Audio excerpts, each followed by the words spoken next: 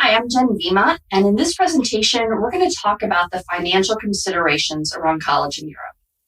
Now, if you attended the How to Choose a University presentation, you already know about how to adjust your budget. You might want to go grab a cup of coffee and join us back in about 2 minutes. Of course, the first thing you need to know is around your budget. Your overall budget is probably based on the length of time it takes to complete a degree in the US.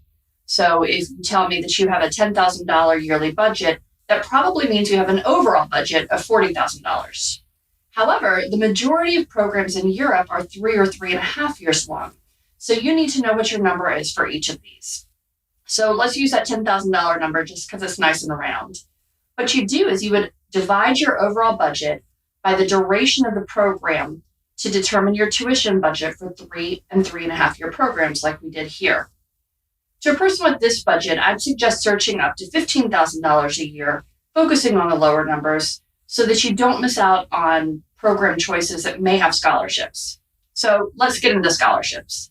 Overall, there aren't a ton of options for international students from developed countries, but there are some out there.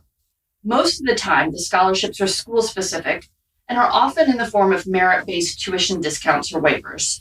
So let's look at some of the scholarship options offered by the schools here today. Caltech has a merit-based full tuition waiver scholarship for all but one program, and it covers all 3 years. They also have a performance scholarship that's offered after the first semester, also merit-based, which is €100 a month.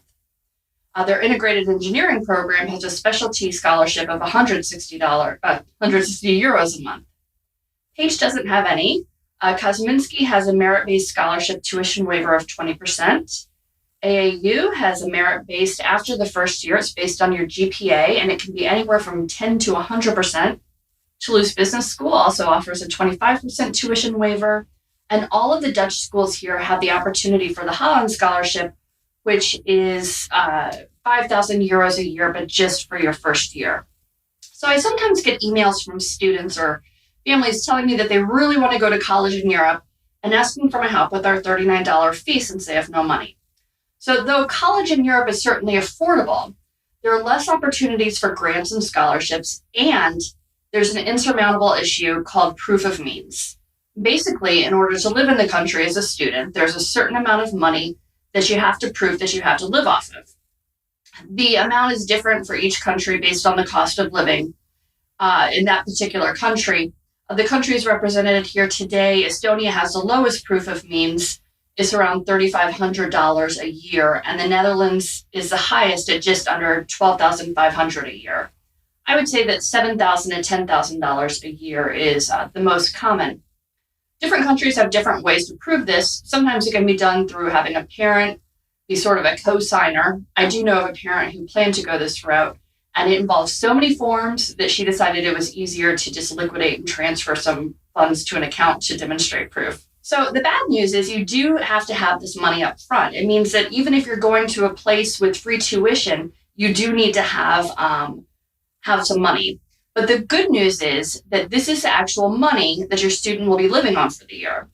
Some schools distribute it each month, others deposit it into the student's account in full once they begin their studies. But it is there for them to live off of. The question I get the most is about using 529 money for college in Europe. In order to use your 529 money without any fees or penalties, the school has to have a FAFSA number. Very few schools in Europe have this, mostly because of the hoops involved, and none of the schools here today do. Now, we have money in 529 plans ourselves, so this initially worried me. I found out a few things. One is that we can still use this money, will be taxed on it. However, and this is really important, the taxes are only on the earnings, not the entire amount you have in the account. Further, these earnings are taxed at the student's rates, not the parent's rate. So it'll usually just be about 10 to 12%, in addition to a possible 10% penalty, again, on the earnings only. So it's my goal to get through the 3 years without debt, but it may be unavoidable. So even though you can't apply for federal student loans at schools without FAFSA numbers, you can still apply for private student loans, and many of the schools have numbers with Sallie Mae.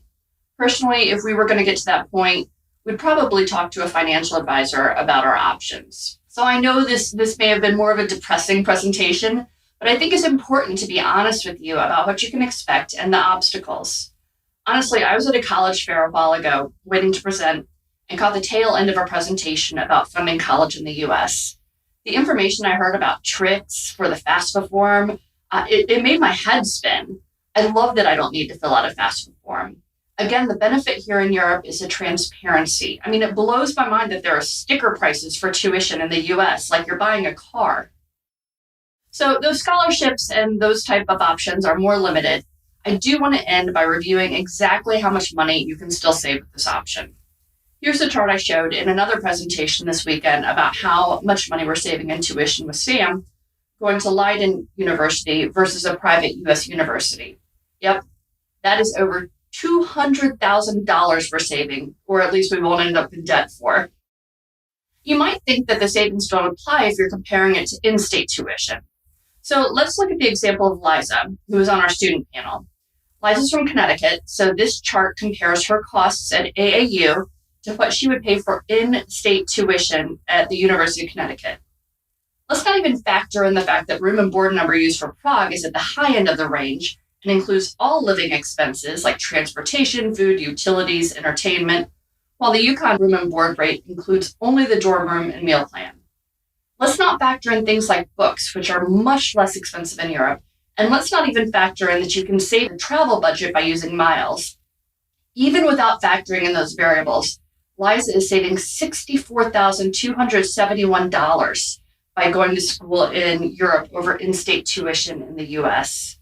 Honestly, given all the other benefits we've discussed this weekend, I'd personally look into these options even if the savings weren't so dramatic.